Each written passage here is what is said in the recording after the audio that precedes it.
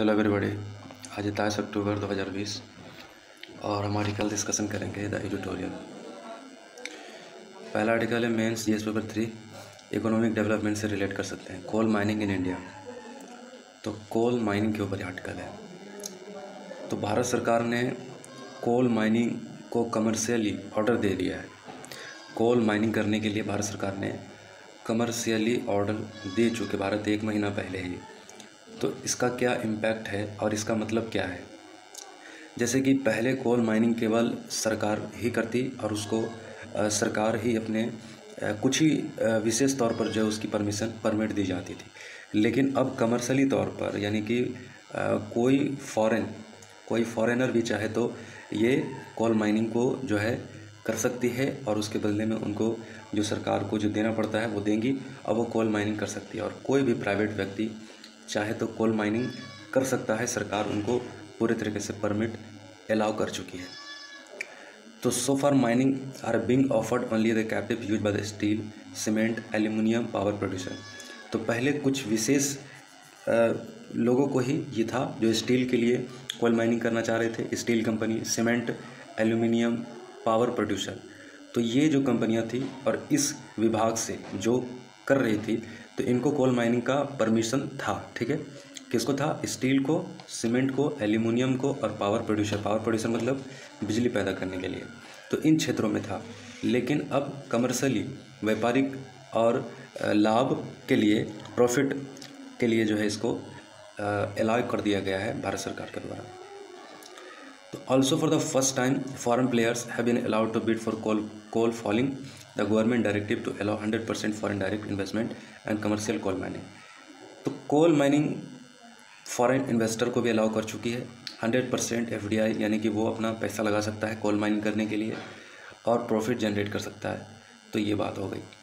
तो there is also change in the royalty payment from the fixed sum of 150। और royalty जो होगा मतलब कोल माइनिंग करने के ऊपर सरकार को जो देना पड़ेगा, तो पर टन पर 150 रुपया आपको जो है पे करना होगा। जो भी कोल माइनिंग करेगा उसको 150 रुपया पर टन पर उनको देना, रेवेन्यू के रूप में सरकार को। ठीक है, जो कि मॉडल शेयरिंग फ्रॉम 4%। ठीक है, तो 4% मतलब जो है ये शेयर होगा सरकार के साथ। The change from the fixed royalty to variable royalty protector miner from the fluctual in the global prices. और ये चेंज हो सकता है ग्लोबल प्राइसेस के हिसाब से। ये रॉयल्टी सरकार चेंज कर सकती है, आगे भी बढ़ा सकती है या घटा सकती है। तो कोल रिज़र्व की अगर हम बात करें, कोल माइनिंग का ऑर्डर तो सरकार ने दे दिया। अब देखते हैं कोल रिज़र्व कहाँ तक है हमारे देश के अंदर। देखिए, दुनिया में 5वां सबसे बड़ा कोल जो है प्रोड्यूसर है भारत, और ये दुनिया का 10% जो है कोल रिज़र्व रखता है भारत। तो लार्जेस्ट प्रोड्यूसर है कुकिंग कोल हमारे देश में सबसे ज़्यादा है। दुनिया का दूसरा सबसे बड़ा कुकिंग कोयल प्रोड्यूसर है देश हमारा। और कोयल माइनिंग एनर्जी सिक्योरिटी में तकरीबन 235 मिलियन टन कोयल हमने 2019 में एक्सपोर्ट कर दिया था, हमने बेच दिया था। और डोमेस्टिकली हमने इस्तेमाल किया था कोयल को तकरीबन 728 मिलियन टन। ठीक है, 235 मिलियन टन हमने बेचा था 2019 में फॉरेन कंट्री को, और 728 मिलियन टन हमने डोमेस्टिकली यूज किया। तो कोयल का monopoly in the production of the coal India the nearly market the share. तो 80% तो देख रहे हैं हम कि हमारा डोमेस्टिकली ही कोल का इस्तेमाल हमारे ही देश में हो जाती है एनर्जी के रूप में। तो अब बात है कि चैलेंज क्या है, अगर सरकार ने यह ऑर्डर दिया तो इसके नुकसान क्या है।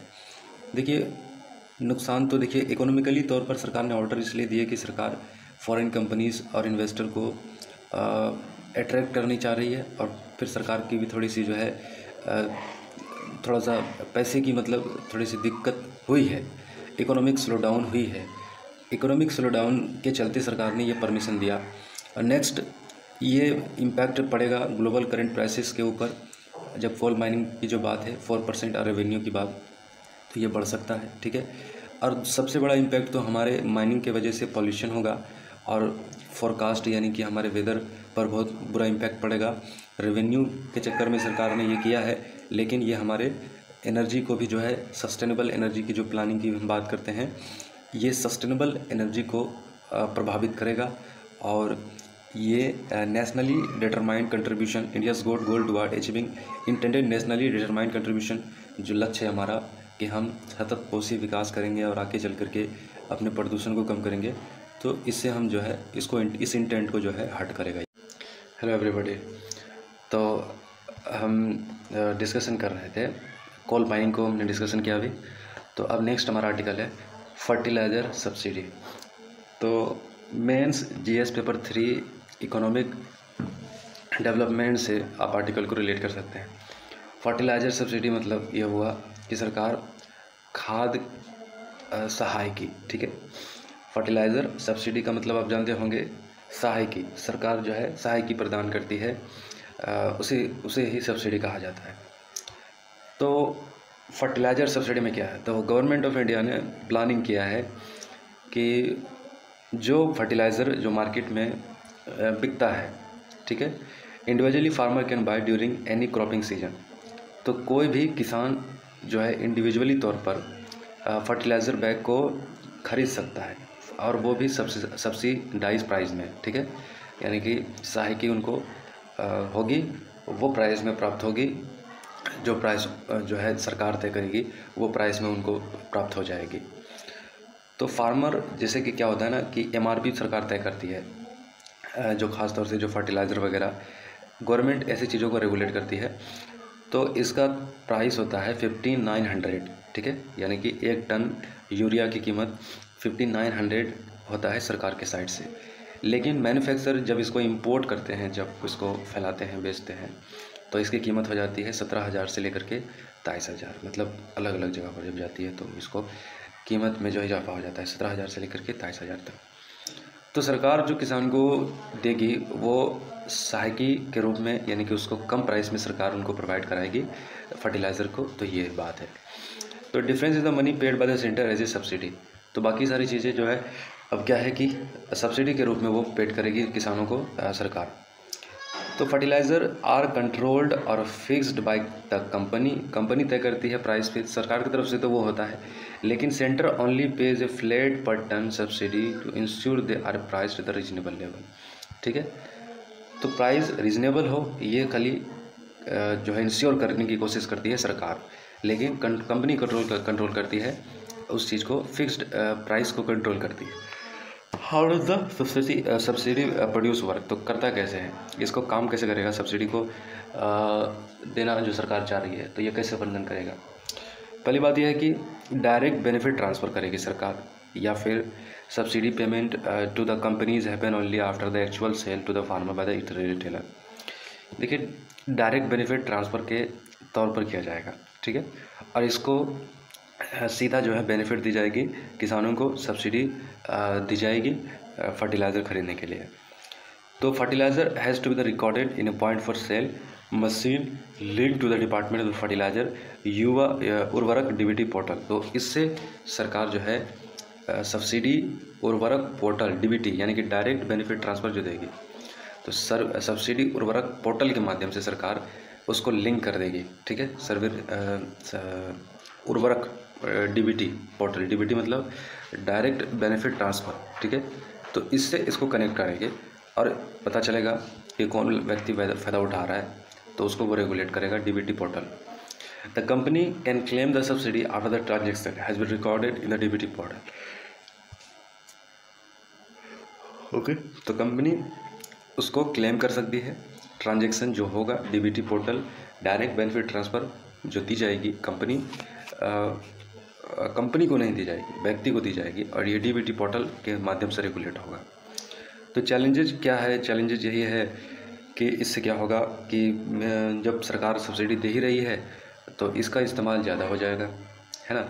इसका इस्तेमाल जैसे कि प्लाईवुड में भी यूरिया का इस्तेमाल होने लगेगा, और भी कुछ और बहुत सारी चीज़ों में, board makers, particle board makers, इसमें भी यूरिया का उपयोग होना शुरू हो जाएगा। प्रोटीन सोर्स के रूप में जानवरों में और मैन्युफैक्चर में होना शुरू हो जाएगा। दुकानदार, मिल्क बेचने वाले, ये लोग इस्तेमाल करने लगेंगे। स्मगलिंग होना शुरू हो जाएगा, नेपाल और बांग्लादेश पड़ोसी देश हमारा जो है। तो सरकार को स्टेप क्या लेना चाहिए, स्टेप ये लेनी चाहिए कि सरकार इसको कंट्रोल करे। सरकार सब्सिडी दे रही है तो लोग चाहेंगे ना कि इसको मिसयूज करना शुरू कर देंगे लोग, और सब्सिडी प्राप्त करके उस यूरिया को, उस फर्टिलाइज़र को मिस यूज करेंगे। तो सरकार को करना क्या चाहिए? सरकार को करना चाहिए कि एक लिमिट बनानी चाहिए कि आप इस क्रॉप के लिए इतना ज़मीन है, इतना फसल है, तो इतना ही आपको सब्सिडी प्राप्त होगा और इतना ही पैकेट आप खरीद सकते हैं। तो एक लिमिट बाउंडेड होनी चाहिए ताकि पता चले कि जो अनावश्यक खर्चा ना हो और अनावश्यक रूप से और गलत तरीके से इसका उपयोग होना शुरू ना हो जाए। ठीक है, नेक्स्ट आर्टिकल है असाफोटिडा कल्टीवेशन। ठीक है, तो mains GS paper 3 economic development से आर्टिकल को रिलेट कर सकते हैं। तो ये एक क्या है ना, असाफोटिडा हींग, एक हींग की बात की जा रही है भारत में उगाने के लिए, चूँकि हम इसको बाहर के देशों से इंपोर्ट करते हैं। ये एक हार प्लांट होता है और इसको हम इंपोर्ट करते हैं। ठीक है, तो CSIR, ठीक है, institute of Himalayan biosecure Palampur, ठीक है, प्लानिंग टू ग्रो हींग इन द इंडियन हिमालयास। तो हमारे पहाड़ी क्षेत्र है जो हिमालयास, जो पहाड़ी इलाका है, वहाँ पर हींग की खेती करने के बारे में प्लान कर रही है IHBT, प्लान कर रही है। IHBT क्या है ना, इसका ये है full form, institute of Himalayan bio resource Palampur. ठीक है, बायो रिसोर्स पालमपुर हींग ग्रो करने के बारे में सोच रही है। तो क्लाइमेट कंडीशन क्या चाहिए? Asafoetida is a endemic Iran, Afghanistan and thrive in the dry and the cold desert condition. तो ये उगाया जाता है ख़ास तौर से ईरान और अफ़गानिस्तान में, कोल्ड और फिर रेतीला ज़मीन के ऊपर हींग की खेती अच्छी होती है। इसका टेम्परेचर लगभग 35 से 40 डिग्री की ज़रूरत होती है और ठंड चाहिए तकरीबन इसको 4 डिग्री सेल्सियस, -4 डिग्री सेल्सियस की इनको ठंडी चाहिए। मिट्टी जो है सैंडी होनी चाहिए, मॉइस्चर होनी चाहिए, रेनफॉल तकरीबन 200 mm जो है इसको चाहिए खेती के लिए, भारत में खेती करने के लिए। तो क्लाइमेटिक कंडीशन की अगर बात करें तो ईरान में ऐसा है, अफ़गानिस्तान में है, उज़्बेकिस्तान में है, जो हींग की खेती यहाँ की जाती है। रिसर्च की बात करें तो CSIR IHBT रिसर्च है कि hing seed very important from Iran to check whether it can be cultivated India. तो ये मंगाएगी, ये कहाँ से, सीड कहाँ से, ईरान से ही मंगाएंगे और हमारे वेदर में जो हिमालय रीजन की बात कर रहे हैं यहाँ पर ग्रो कराने की कोशिश की जाएगी। अगर परफेक्ट हुआ तो ये जो है खेती यहाँ पर हमारी होगी। तो टेस्ट होगा पहले, ठीक है। तो germination of seed under a control laboratory setup where tried and process of chemical treatment sustainable to grow Indian condition has been evolve. तो चेक होगा कि हमारे कंडीशन में लेबोरेटरी के अंदर में ये चीज़ें होगी कि कैसा कंडीशन में हम उगा सकते हैं, और उगा सकते हैं तो ऐसा कंडीशन हमारे हिमालयस रीजन में क्या है जहाँ पर हो सकने की संभावनाएं हैं, जैसे हिमाचल प्रदेश हो गया, लाहौल वैली। तो ऐसे बहुत सारे उस टेम्परेचर की जगह है हमारे पास तो जहाँ पर खेती हो सकती है।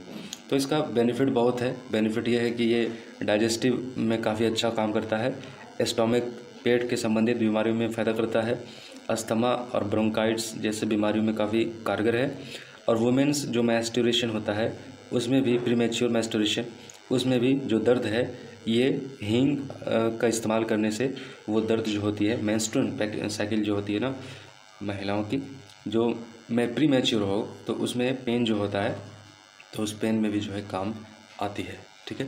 तो ये था हमारा आर्टिकल आज का। तो कैसा लगा? अगर सही लगा तो लाइक करो, शेयर करो, सपोर्ट करो, ओके। नहीं अच्छा लगा तो डिसलाइक कर दो। Thank you.